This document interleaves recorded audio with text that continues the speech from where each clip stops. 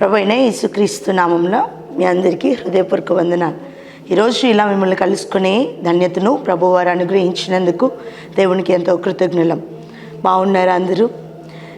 దేవుని ప్రేమ అనుభవిస్తున్న వారంగా ప్రతినిత్యము దేవుడు కంటి పాప వలె మనల్ని కాపాడుతూ భద్రపరుస్తూ క్షేమాన్ని అనుగ్రహిస్తూ ఇప్పటి వరకు మనల్ని నడిపించిన దేవుడికి ఎన్ని కృతజ్ఞతలు చెల్లించిన రుణస్థలమే. అందుని బట్టి దేవునికి మహిమ కలుగునిగాక.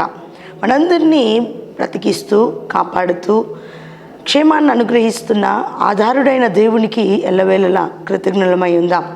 ఇది నా లేఖన భాగాన్ని మనం ధ్యానం చేసుకుందాం. కొంత సమయం దేవుని మాటలు వింటూ దేవుణ్ణి మన హృదయంలోనికి ఆహ్వానిద్దాం. చిన్న ప్రార్థన చేసుకుందాం.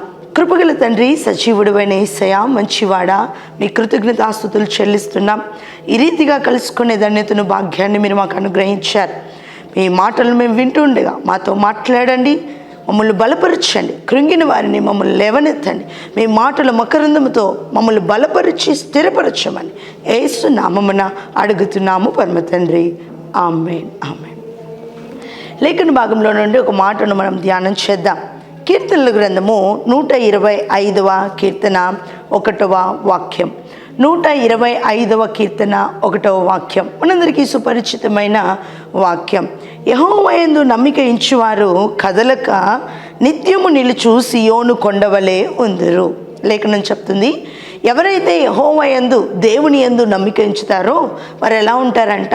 కదలకుండా నిత్యము నిలుచు, అంటే ఎల్లప్పుడూ శాశ్వత కాలము, జీవిత కాలము నిత్యము నిలుచు సియోను కొండవలే ఉంటాం.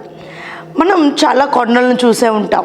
అవి ఎన్ని తరాలు, ఎన్ని యుగాలు, మన ప్రాంతాలు మారిపోయినా కొండలు మాత్రం సంవత్సర భూదిగంతముల వరకు అవి ఎలా ఉంటాయి? నిత్యము నిలిచి ఉంటాయి. వాస్తవమే కదా? దేవుడు కూడా ఆ కొండ వంటి గట్టితనాన్ని మనతో పోల్చారు. ఏమని అంటున్నారంటే, ఎప్పుడైతే మనము దేవుని యందు నమ్మిక ఉంచుతామో, ఎప్పుడైతే ఆకాశమందున్న దేవుని యందు నిరీక్షణ, విశ్వాసము, నమ్మిక, లేకపోతే ఆయన్ని వెంబడించడం అలా ఉంచుతామో వారు ఎలా ఉంటారంట? కదలక నిత్యము నిలిచే, ఎప్పుడు చెరిగిపోని, ఎప్పుడు తరిగిపోని, ఎప్పుడు కరిగిపోని కొండవలే మనం దృఢంగా ఉంటామంట. హల్లెలూయా. ఇందుకీ నమ్మకత్వం అంటే ఏంటి? ఎందుకు దేవుని యందు నమ్మకం ఉంచాలి అని అంటే, ఆయన నాతో ఉన్నాడు అని ఆయన నమ్మాలి. రెండవదిగా, ఆయన నా యందు ఉన్నాడు, నా ముందు ఉన్నాడు, నా వెనక ఉన్నాడు, నా ప్రక్కన ఉన్నాడు, నన్ను చేయి పట్టుకొని నడిపిస్తాడు. లేఖన భాగాలు ఎన్నో ఉన్నాయి కదా. చెడుము నా అరచేతిలో నిన్ను చెక్కుకొని ఉన్నాను. దేవుడు తన అరచేతిలో నన్ను చెక్కుకొని ఉన్నాడని నమ్మలే. రెండవది, ఆయన కంటి పాప వల్లే మనల్ని కాపాడుతున్నాడని ఆయన మీద నమ్మకం ఉంచాలి. ఉదయం వచ్చే వరకు మనల్ని ఎత్తుకున్నవాడు ఆయనేనని లేఖనం చెప్తుంది కనుక ఆయన మీద మనం నమ్మకం ఉంచాలి. ఇలా చెప్పుకుంటూ పోతే 66 పుస్తకాల్లో ఆయన యందు నమ్మిక మనం ఉంచడానికి ఎన్నో లేఖన భాగాలు ఉన్నాయి. కాబట్టి ప్రియ దేవుని బిడ్డ, విశ్వాసి, వీక్షిస్తున్న బిడ్డ, దేవుని యందు మనం ఏముంచాలా? నమ్మిక ఉంచాలి. అలాంటి వారు ఎలా ఉంటారంట? కదలకుండా నిత్యము నిలిచి ఉన్నవారై ఉంటారు. ఈ దినము దేవుడు మనతో మాట్లాడడానికి ఇష్టపడుతున్నాడు. ఇందుకీ బైబిల్ గ్రంథంలో నమ్మిక ఉంచిన వారి ఎడల దేవుడు ఇచ్చిన ఆశీర్వాదం ఏంటి? ఈరోజు నా అంశము నమ్మికలోని ఆశీర్వాదం. యేసు ప్రభువు వారి యందు, దేవుని యందు, మన రక్షకుడైన దేవుని యందు, మన కొరకు ప్రాణం అర్పించిన దేవుని యందు నమ్మిక ఉంచితే, నమ్మకం ఉంచితే, విశ్వాసం ఉంచితే వారి ఆశీర్వాదాలు ఎలా ఉంటాయి అన్న మాటను ఇది మనం ధ్యానం చేద్దాం.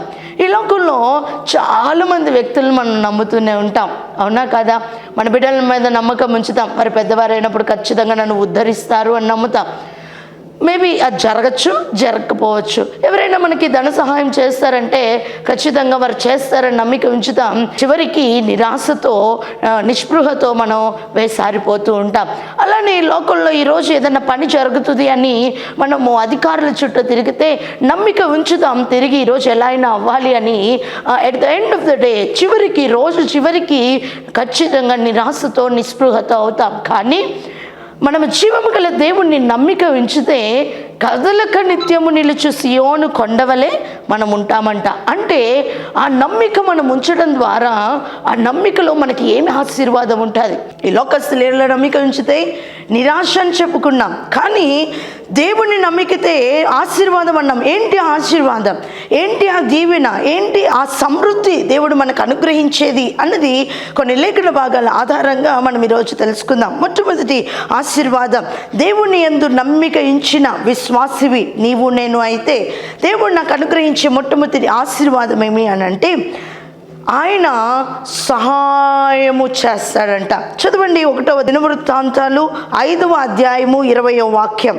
యుద్ధమందు వారు దేవునికి మొరపెట్టగా ఆయన మీద వారు నమ్మిక ఉంచినందున ఆయన వారి మొర ఆలకించెను కనుక వారిని జయించుటకు వారికి దేవుడు ఏం చేశాడు, సహాయము చేసెను.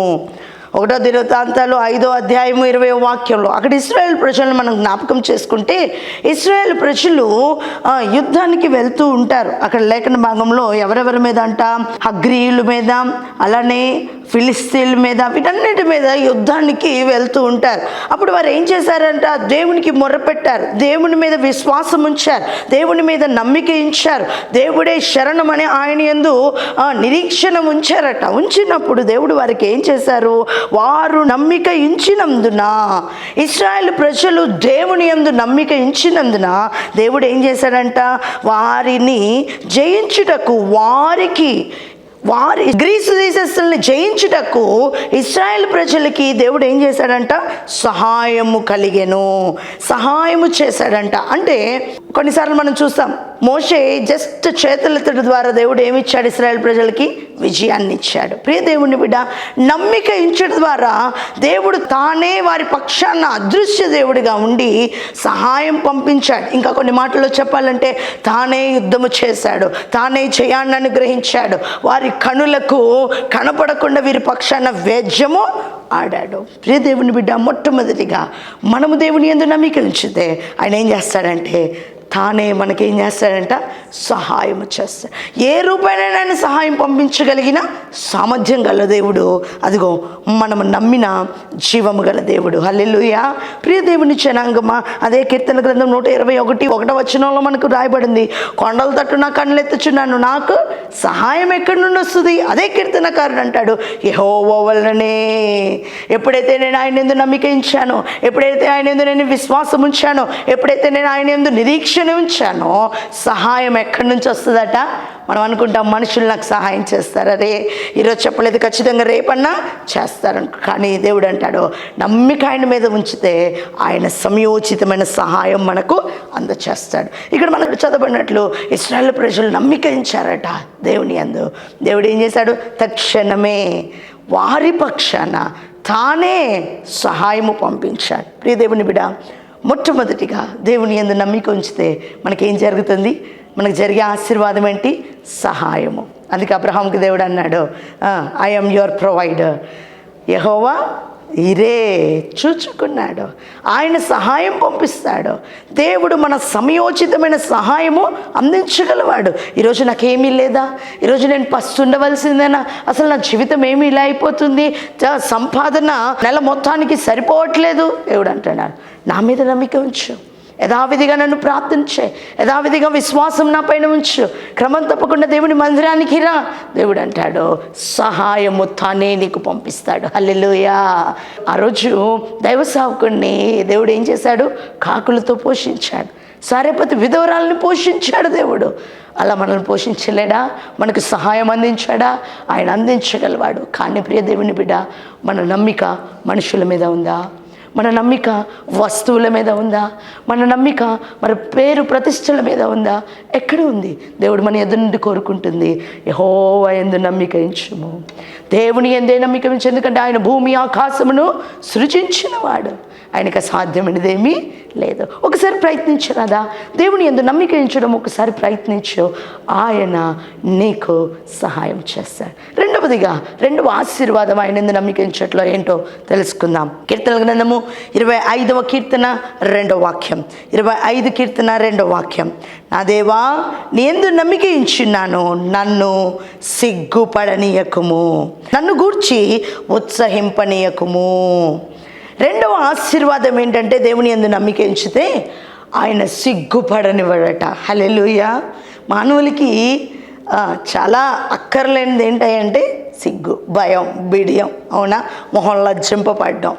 ఎవరైతే దేవుని యందు నమ్మిక ఉంచుతాడో ప్రజల ఎదుట దేవుడు వారిని ఏం చేయడంట? సిగ్గుపడనివ్వడు.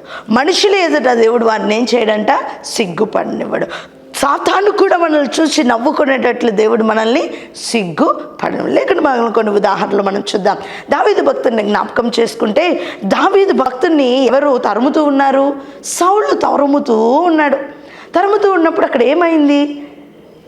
దావీదు మాత్రం యథాప్రకారం దేవునికి ప్రార్థించడం మర్చిపోలా, దేవుని యందు నమ్మిక ఉంచడం మర్చిపోలా, దేవుని యందు నిరీక్షణ కలిగి ఉండడం మర్చిపోయినప్పుడు దావీదు సౌలు చేతికి దావీదును అప్పగించకుండా దేవుడు దావీదుని ఏం చేశాడు? సిగ్గుపడనీయకుండా కాపాడాడు. అక్కడ అవమానపడనివ్వలా. ఎందుకంటే దేవుని యందు నమ్మిక ఉంచాడు. అరే గొప్పవాడు, అభిషక్తుడు, ఈయన నా వెంట పడుతున్నారు, నేనేమవుతాను? సిగ్గుపడతానేమో. దేవుడు చెప్పిందే కదా నేను చేశాను, దేవుని మాటకు నేను లోబడ్డాను కదా, నాకెందుకు ఈ శ్రమ వస్తుంది అని దావీదు కృంగిపోనివ్వల. దేవుడు ఏం చేశాడు?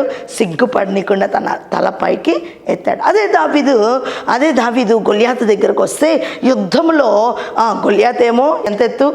6 మూరలు. చాలా ఎత్తులో ఉన్నాడు, చాలా బలాఢ్యుడు, చాలా యుద్ధ ప్రావీణ్యుడు, అన్నీ ఉన్నాయి. ఆయన చూస్తేనే ఆ రాజు కూడా భయపడిపోయినాడు. కానీ దావీదేమన్నాడు? జీవము గల దేవుణ్ణి నామము నేను వస్తున్నా, సున్నతి లేని ఫిలిస్తీన్లను దేవుడికి ఎంతసేపు అని దేవుని మీద నమ్మికతో వచ్చాడు. కానీ జనాలందరూ చూసిన వాళ్ళు ఏమనుకున్నారు?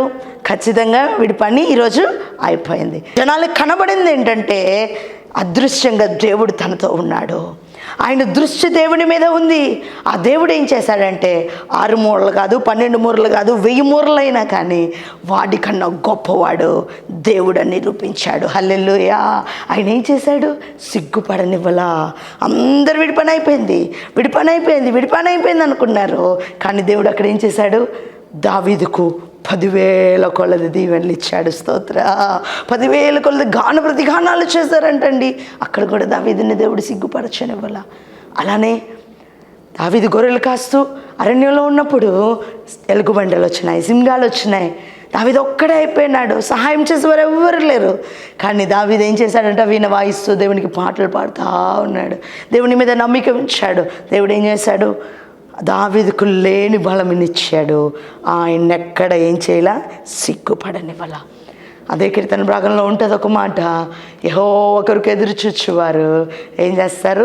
నూతన బలాన్ని పొందుతారు. అంతేకాదు యెహోవాకు ప్రార్థన చేస్తే దేవుని లేఖనం వారి ముఖములు నేనెన్నడూ లజ్జింపబడనివ్వను, సిగ్గుపడనివ్వను, ముఖములు ఎన్నడూ సిగ్గుపడనివ్వను. ప్రియ దేవుని బిడ్డ, నువ్వు దేవుని కొరకు బ్రతుకుతుంటే అవమానం నీ వెంట వస్తుందా?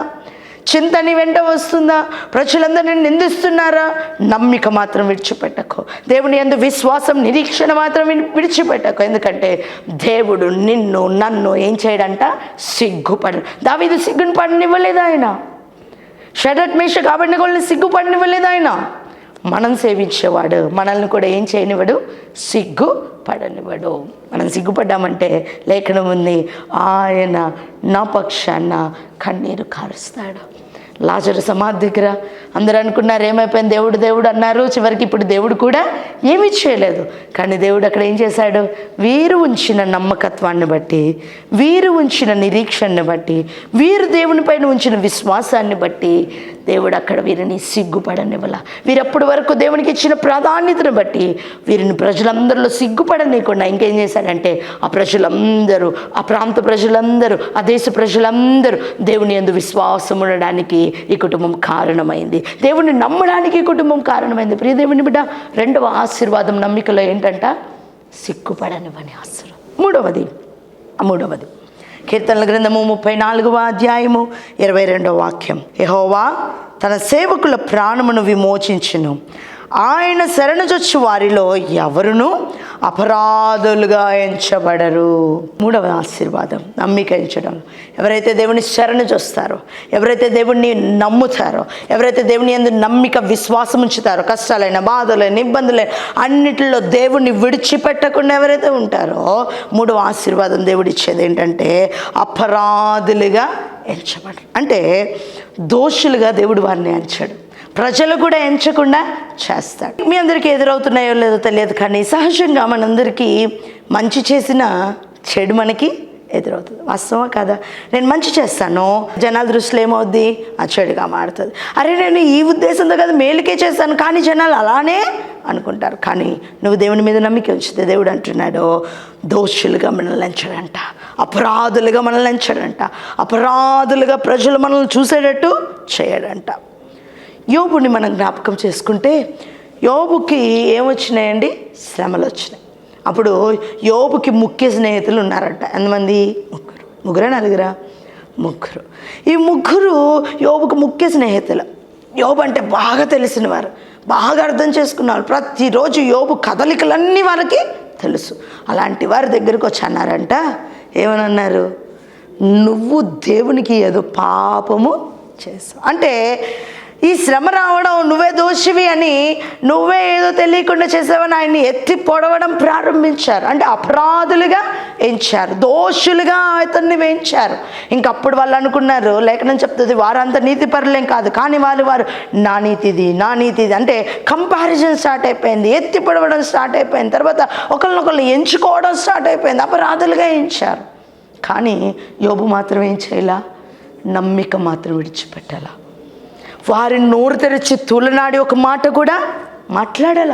దేవుని యందు నమ్మికించాడు. ఆ పుండ్లను గీక్కుంటూ కూడా, నేల మీద పండుకొని కూడా ఆయన, అయ్యా అన్నీ ఇచ్చినవాడవు, అన్నీ తీసుకుపోయినవాడు, అన్నీ కలిగినప్పుడేనా నేను నమ్మేది, ఏమీ లేనప్పుడు నువ్వు దేవుడవు కాదా అని దేవుని యందు అహర్నిశలేం కలిగి ఉన్నాడంట? నమ్మకత్వం కలిగి ఉన్నాడు. అలా దోషులుగా ఎంచిన వారు చివరికి ఏమైందో తెలుసా? వారు కనుమరుగైపోయినారు, కానీ యోబు మాత్రం 2 అంతల ఆశీర్వాదంతో అభివృద్ధి పొందాడు. హల్లెలూయా. ప్రియ దేవుని బిడ్డ, మూడవదిగా నమ్మిక ఎంచు వారిని దేవుడు ఇలా ఎంచాడంట? అపరాధులుగా ఎంచాడు, దోషులుగా ఎంచాడు. ప్రపంచం నువ్వు దేవుని నమ్ముకున్నాకే నీకు ఇలా అయిందని అంటారు. అదిగో నువ్వు దేవునికి అది ఇచ్చావు కాబట్టే, నువ్వు అన్ని వదిలిపెట్టావు కాబట్టి నీకు అది జరిగింది, వాళ్ళకి జరగలేదు చూడు అని ప్రజలు చూపిస్తూ ఉంటారు. అవునా కదా? మనల్ని దోషులుగా ఎంచుతారు, మనల్ని అపరాధులుగా ఎంచుతారు, మనల్ని దిక్కులేని వారిగా ఎంచుతారు ప్రపంచం. నిజంగా అలాంటి గుండా మనం వెళ్తూనే ఉన్నాం. కానీ దేవుడు అంటున్నాడు, నమ్మిక జీవము గల దేవుని మీద ఉంచితే ఆయన ఒక రోజు ఉంది, ఖచ్చితంగా 2 అంతల ఆశీర్వాదం ఇస్తాడు. హల్లెలూయా. ప్రజలు నోరు మూసుకొని దేవుణ్ణి ఘనపరిచే రోజును దేవుడు మన ఎడల చేస్తాడు. నమ్మిక నీకుందా? ఉంటే నీ నమ్మిక ఎక్కడుంది? అలాంటి విశ్వాసం నీకుందా? ఉంటే నీ నమ్మిక ఎక్కడ? దేవుని మీదన్నా? దేవుని మీద నీ నమ్మిక అయితే ఖచ్చితంగా దేవుడు మనల్ని ఏం చేయడు? విడిచిపెట్టాడు. 4వ ఆశీర్వాదం, యెహోవా యందు నమ్మిక ఉంచితే దేవుడిచ్చే 4వ ఆశీర్వాదం. కీర్తనల గ్రంథము 118వ కీర్తన 8-9 వాక్యాలు. మనుషులను నమ్ముకుంట కంటే యెహోవాను ఆశ్రయించుట మేలు, రాజులను నమ్ముకుంట కంటే యెహోవాను ఆశ్రయించుట మేలు. 4వ ఆశీర్వాదం, దేవుడిని నమ్మితే దేవుడు మనకి ఏమి ఇస్తాడంట? మేలు. చాలామంది మంచి జరుగుతుంది అన్నారండి, అందుకనే చేశాను పాస్టర్ గారు. ఏంటది? దిష్టి తీయించుకోవడం. పాస్టర్ గారు మంచి జరుగుతుంది అన్నారండి, అందుకనే కొంచెం ఈరోజు మంచి కాదా అని చూపించుకోవడానికి వెళ్ళానండి. వాస్తులు చూపించుకుంటే కొంచెం మా ఇంట్లో వాళ్ళకి ఏదో ప్రాణగండం ఉందన్నారండి, అందుకని చూపించుకొని ఇటు అంటే మానవులందరం దేనికోసం తాపత్రయపడుతున్నాం?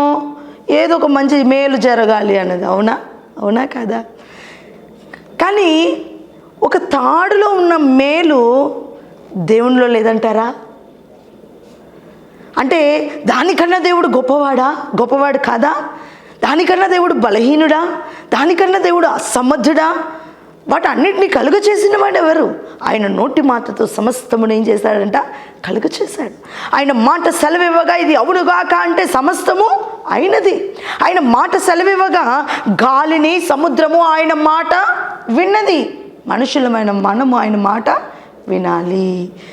అంటే ఆయన మీద నమ్మిక ఉంచితే మనమందరం తాపత్రయపడుతున్న మేలు ఖచ్చితంగా దేవుడు మనకు అనుగ్రహిస్తాడు. ఏంటా మేలు? దాచి ఉంచిన మేలు. ఏంటా దాచి ఉంచిన మేలు? నీ కంటికి కనబడో, చెవులకు వినబడో, హృదయానికి యెహోవా మన కొరకు సిద్ధపరిచిన మేలు ఏమవ్వంట?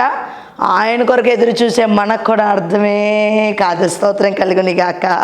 అందుకనే దేవుని యందు విశ్వాసం ఉంచితే ఆయన కంటికి కనబడని ఆశీర్వాదం ఇస్తాడు, కంటికి కనబడని మేలును అనుగ్రహిస్తాడు. అర్థం కాదు, అప్పటి వరకు కంగారు పడిపోతాం. దేవుడు మేలు అనుగ్రహించగానే అబ్బా ప్రశాంతంగా ఉంటాం. అప్పుడు మళ్ళీ అనుకుంటాం నన్ను బట్టేనండి. కానీ దేవుడు అంటాడు కాదు. నమ్మిక, ప్రియ విశ్వాసి, నమ్మిక ఎక్కడుంది? ఏదైనా మేలు కొదువైపోయి ఉన్నావా? మేలు జీవితంలో జరగడానికి తాహతలాడిపోతున్నావా? ఒకటి దేవుడు నీకు ఇస్తున్న ఆయుధం, నమ్మిక ఆయన మీద ఉంచు. నమ్మిక ఆయన మీద ఉంచు, ఆయన మీద విశ్వాసం ఉంచు. దేవుణ్ణి మాత్రమే నమ్ము. దేవుడు తప్ప వేరొకరిని నమ్మద్దు. వేరొక దేవుడు నీకు లేడను. ఆయన ఎందే నిశ్చలు ఉదయము సాయంత్రము ఆయనకి విశ్వాసంతో ప్రార్థన చేయి, నిరీక్షణ కలిగి ఉండు. ఆయన అంటాడు మేలు నీకు అనుగ్రహిస్తా. శ్రేష్టమైన ఈవులతో మనల్ని తృప్తిపరుస్తాడు. అందుకే ఎస్తేర్ని మనం జ్ఞాపకం చేసుకుంటే బైబిల్ గ్రంథంలో ఆవిడెవరట? అనాథ. పిల్లతండ్రి కుమారుడు ఆమెని చేరతీశాడు. కానీ ఆమె చిన్నతనం నుండి దేవుని యందు నమ్మికతో భక్తివరాలుగా పెరిగింది. అవునా కదా? కానీ ఆమె స్థితి ఏంటి? ఒక అనాథ, తల్లిదండ్రులు లేని ఒక బిడ్డ. ఎవరైనా విలువిస్తారా? ఆమె కష్టంతో ఆమె పైకి రావాల్సిందే. కానీ నమ్మిక మాత్రం దేవుని మీద విడిచిపెట్టల, దేనికి రాజీ పడలేదండి. ఈరోజు నీకు 10,000 ఇస్తున్నారు అని అంటే ఖచ్చితంగా దేవుని ప్రార్థన, ఆరాధన మానేస్తావు. ఈరోజు కుటుంబ ప్రార్థన పెట్టుకొని కూడా అయ్యా అర్జెంటుగా నా ఫ్రెండ్ తనతో షాప్కి రమ్మందయ్యా, మళ్ళీ రాకపోతే ఏముంటుందయ్యా, బాధపడతారు. అదే ప్రేరణ క్యాన్సిల్ చేపిస్తావు. కానీ దేని మీద నమ్మిక ఉంచో? దేవుని మీద నమ్మిక ఉంచో. ఏమో మాత్రం దేనికి రాజీ పడలా. చివరికి ఏం చేసింది? రాజీ పడలేదు. దేవుడు ఏం చేశాడో తెలుసా? ఆమె అనాథైన రాణిగా మార్చాడు. హల్లెలూయా. మేలు చేశాడు. ఆమె విషయంలో మేలు చేసి అనేకులకు ఆమెను మేలుగా మార్చాడు. దేవునికి మహిమ కలుగుని గాక. ప్రియ దేవుని బిడ్డ, నీ విశ్వాసము, నీ నమ్మిక దేవుని మీద ఉంటే, నువ్వు ఒకప్పుడు బేదరాలివే, ఒకప్పుడు అనాథవే, ఒకప్పుడు ఏమి చేతకాని దానివే, చేతకాని వాడివే, చదువు లేని వాడివే, దద్దమ్మవే, అయినా దేవుడు నీకు మేలు చేయడమే కాదు కదా, అనేకులకి నిన్ను మేలుకరంగా మారుస్తాడు. దేవునికి మహిమ కలుగుని గాక. ప్రియ దేవుని బిడ్డ, ఎంతమంది మన ముందర కళ్ళ ముందు లేరు. అని అన్న వాళ్ళతో మనం ప్రార్థన చేయించుకున్న వారు ఎంతమంది లేరు. వారి ద్వారా మేలు చేసినది ఎంతమంది లేరు. నిజమా లేదా? ప్రియ దేవుని బిడ్డ, దేవుణ్ణి నమ్మితే ఆయన సంవత్సరాలు ఎన్ని గతించినా ఆయన మన ఎడ్ల కృప చూపించడం మాత్రం మానడు. ఆయన నమ్మికించే వారికి ఏమిస్తాడంట? మేలిస్తాడు. అంతేకాదు, అదే ఇస్తారు ఒక పినతండ్రి మొర్దెకై గురించి మనం ఆలోచిస్తే, ఆయన ఎక్కడ? గుమ్మం దగ్గర ఉండే వ్యక్తి. హామాను పన్నాగించాడు. ఏమని? ఈయన దేవునికి తప్ప ఎవరికి మొక్కట్లేదు, ఏంటి వీడికున్న గర్వం అని ఈయన ఏం చేయాలనుకున్నాడు? ఖచ్చితంగా ఉరికమ్మం ఎక్కించాలి, రాజుకు చెప్పేసి అనుకున్నాడు. కానీ దేవుని యందు నమ్మిక ఉంచిన విధానాన్ని బట్టి దేవుడు ఏం చేశాడు తెలుసా? రాజుకు నిద్ర పట్టనీయకుండా చేశాడు. నిద్ర పట్టనీయకుండా చేసి ఈయన కోసం మేలు దాచిపెట్టాడు. ఉరికంబం ఎక్కవలసిన మొర్దెకై చివరికి ఏమైపోయాడు? ఏనుగు మీద ఎక్కాడు, ఊరేగింపబడ్డాడు. రాజా ఉంగరాన్ని, కిరీటాన్ని ధరించుకున్నాడు. ఎవరైతే అది చేయాలనుకున్నా హామాను ఏమయ్యాడు? ఉరికంబం. దేవుడు మేలు. ఒక గుమ్మం దగ్గర నుంచిన వ్యక్తి ఏనాడు అది ఆశించుండడు. అవునా కాదా? ఒక గుమ్మం దగ్గర నుంచిన వ్యక్తి ఏనాడు అది కల్లో కూడా ఎవరు ఊహించుండరు. కానీ ప్రియ దేవుని బిడ్డ, నమ్మిక దేవుని మీద వస్తే దేవుడు గొప్ప మేలు, ఊహించని మేలు. ఎవరైతే కఠినంగా ఉంటారో, ఎవరైతే కఠినాత్మలుగా ఉంటారో వారి మనసునే ఏం చేస్తాడంట? మార్చి మన యందు దయ. అందుకనే లేఖనం చెప్తుంది, ఎస్తేరును చూచిన వారందరికీ ఆమె యందు వారికి ఏం కలిగిందంట? దయ పుట్టాను. ఎవరు చేశారండి? దేవుడు. మన మనసులో, మన ఎడలో దయ పుట్టించాలంటే అది దేవుడు మాత్రమే చేయగలడు. మా అమ్మగారు అంటూ ఉండేవారు, మమ్మీ ఈరోజు నాకు పెన్ను లేదు, పెన్ను కొని, లేకపోతే బట్టలు లేవు, బర్త్డే వస్తుంది ఇలా అంటే తను అంటూ ఉండేవారు, నా హృదయంలో ప్రేరేపణ కలిగి నీకు పెన్ను కొనిచ్చాలన్నా దేవుడు నాకేం చేయాలి? ప్రేరేపణ. నేను నీకు ఇవ్వాలన్నా దేవుడు నాకు ఇవ్వాలి కదా. నాకు ఇవ్వాలన్నప్పుడు నువ్వేం చేయాలి? దేవునికి ప్రార్థన చేయాలి. అప్పటి నుంచి అలవాటు చేసుకున్నాను. ఇప్పటికీ ప్రతిదీ దేవుని మీద నమ్మిక. దేవుడు ఖచ్చితంగా ఏం చేస్తాడు? మేలు చేస్తాడు. ప్రియ దేవుని బిడ్డ, కొదువుతో కుమిలిపోతున్నావా? దేవుని మీద నమ్మిక ఉంచు, ఖచ్చితంగా ఆయన మేలు చేసి నిన్ను ఆశీర్వదిస్తాడు. 5వ మాట, దేవుని యందు నమ్మిక ఉంచే వారికి దేవుడు ఏం చేస్తాడు? ఇర్మియా గ్రంథము 17వ అధ్యాయము 7-8 వాక్యాలు. యెహోవాను నమ్ముకొనువాడు ధన్యుడు, యెహోవా వానికి ఆశ్రయముగా ఉండును. హల్లెలూయా. యెహోవాను నమ్ముకుని వాడు ఎవరంట? ధన్యుడు. దేవుడే వారికి ఎలా ఉంటాడంట? ఆశ్రయంగా ఉంటాడు. ఈ మాట చెప్పి నేను ముగిస్తాను. దేవుడే వారికి 5వ ఆశీర్వాదం ఏంటంటే, దేవుడు తానే ఏముంటాడంట? ఆశ్రయముగా ఉంటాడు. హల్లెలూయా. ఆశ్రయంలో మనకేమేమి ఇస్తాడు? కింద మాటను చదవండి, 8వ వాక్యాన్ని. వాడు జలముల యొద్ద నాటబడిన చెట్టు వలె ఉంటాడు. దేవుడు మనకు షెల్టర్గా ఉండి ఏం చేస్తాడు? నీటి వద్ద నాటబడిన చెట్టు వలె మనల్ని చేస్తాడు. మరలా కాలువ యోరన ఏర్లు కిందకి దిగి బలముగా ఉండే చెట్టు వలె ఆయన ఆశ్రయంలో మనకు చేస్తాడు. 3వది, వెట్ట కలిగిన అంటే భయం కలిగిన దేవుడు భయాల నుండి మనల్ని తొలగిస్తాడు. 4వది, ఆకులు ఎప్పుడు ఎలా ఉంటాయంట? పచ్చగా ఉంటాయి. 5వ మాట నాకు చాలా నచ్చిన మాట, వర్షం లేకపోయిన సంవత్సరములైనా చింత ఉండవంట, కాపు మానమంట. ప్రియదేవుని బిడ్డ, విశ్వాసి, దేవుని యందు నమ్మిక ఉంచితే ఆయన చింతపడనివ్వడు. ఆయనే మనకు ఆశ్రయంగా ఉండి ఏమిస్తాడు? ఆశ్రయంలో 5వదిగా ఆయన చింతపడనివ్వడు. అంతేకాదు, కాపు. కొన్ని చెట్లు ఉంటాయండి సంవత్సరం అంతా కాపు కాసి, అవునా? అవి ఉంటే బాగుండు అనుకుంటూ ఉంటాం. దేవుడు అంటే మనల్ని అలా చేస్తాడంట. నమ్మిక దేవుని మీద ఉంచే. ఒకసారి మనం విందాం. దేవుని మీద నమ్మిక ఉంచిన దావీదు, దేవుని మీద నమ్మిక ఉంచిన అబ్రహాము, దేవుని మీద నమ్మిక ఉంచిన ఎస్తేరు, మోర్దెకై, వీటన్నిటి గురించి విన్నాం. 1, దేవుని యందు నమ్మిక ఉంచితే మనకేముంటుందంట? ఆయన మనకేం చేస్తాడంట? సహాయం కలుగ చేస్తాడు. 2వదిగా దేవుని యందు నమ్మిక ఉంచితే ఆయన సిగ్గుపడనివ్వడు. 3వదిగా దేవుని యందు నమ్మిక ఉంచితే ఆయన మనల్ని ఎన్నడూ అపరాధులుగా ఎంచడు. 4వదిగా ఆయన మేలు చేస్తాడు. 5వదిగా ఆయనే మనకేమవుతాడంట? ఆశ్రయం. ఇప్పుడు ఆయన నీకు ఆశ్రయం అయ్యాడంటే ఆయన నీ ఆకులు వాడనివ్వడు. వర్షం లేని కాలములో కూడా దేవుడు ఏం చేస్తాడంట? మనల్ని ఫలింపచేస్తాడు. చింతపడనివ్వడు, కాపు మాననివ్వడు, ఫలించడం మానివ్వడు. ప్రియ దేవుని విశ్వాసి, దేవుని బిడ్డ, ఇది వీక్షిస్తున్న బిడ్డలారా, దేవుడు మనతో మాట్లాడుతున్న మాట, మనల్ని చింతపడనీయకుండా చేసేవాడు మన దేవుడు, జీవం గల దేవుడు మాత్రమే. అంటే ఆయన ఎందుకు నమ్మిక వచ్చు. ప్రియ విశ్వాసి, చివరిలో ఒక మాట, నీ నమ్మిక ఎక్కడుంది? దేవుని మీద ఉంచుతావా? ఇప్పటి వరకు అందరి మీద నమ్మిక పెట్టి వేసారిపోయావా? ఇప్పుడైనా ఒక నిర్ణయం తీసుకో. దేవుణ్ణి మాత్రమే నమ్ము. ఆయన ఎందే నిరీక్షణ కలిగి ఉందో, ఆయన ఎందే విశ్వాసం ఉంచు. ఆయన కథలు నీకుండా నిత్యం నిలిచే సీయోను కొండ వల్ల మనం చేస్తాడు. ఎందుకంటే ఆయన నిన్న నేడు రేపు ఏకరీతిగా ఉండేవాడు. మనుషులు మారిపోతారు, పరిస్థితులు మారిపోతాయి, స్థితిగతులన్నీ మారిపోతాయి, కానీ దేవుడు ఎన్నడు ఎప్పుడు ఎక్కడ మారని. నిమ్మకి దేవుని మీద ఉంచుతావా? అట్లయితే కళ్ళు మూసుకో. చిన్న మాట దేవునికి ప్రార్థన చేయ. నీ మీద నమ్మిక ఉంచుతానని సిగ్గుపడిన మీద నాకు మేలు చేయి. నీకోసం నేను ప్రార్థన చేస్తాను. కృపాసత్య సంపూర్ణ దయగల రాజా, ఈ రోజు మీ మాటలు మేము విన్నాం. యెహోవా యందు నమ్మిక ఉంచి వారు కథలకు నిత్యము నిలిచి సీయోను కొండ వలె ఉంటారన్న. వారు ఏమేమై ఉంటారో, వారు పొందే ఆశీర్వాదాలు ఏంటో మీరు మాతో స్పష్టంగా మాట్లాడు. ఇది నాన్న, మేము ఎంతమంది అయితే ప్రభువా మీ యందు నమ్మిక ఉంచాలని తీర్మానం చేసుకున్నామో, మా నమ్మిక సన్నగిల్లకుండా, నిరాశ చెందకుండా, సిగ్గుపడనివ్వకుండా, ఎన్నడూ తరిగిపోకుండా నిత్యము నిలిచి ఉండినట్లు మా నమ్మికలో మమ్మల్ని ఎదిగింప చేయండి. విన్న ప్రతి ఒక్కరిని ఆదరించమని యేసు నామమున అడుగుతున్నాం తండ్రి. Amen. Amen. May God bless you.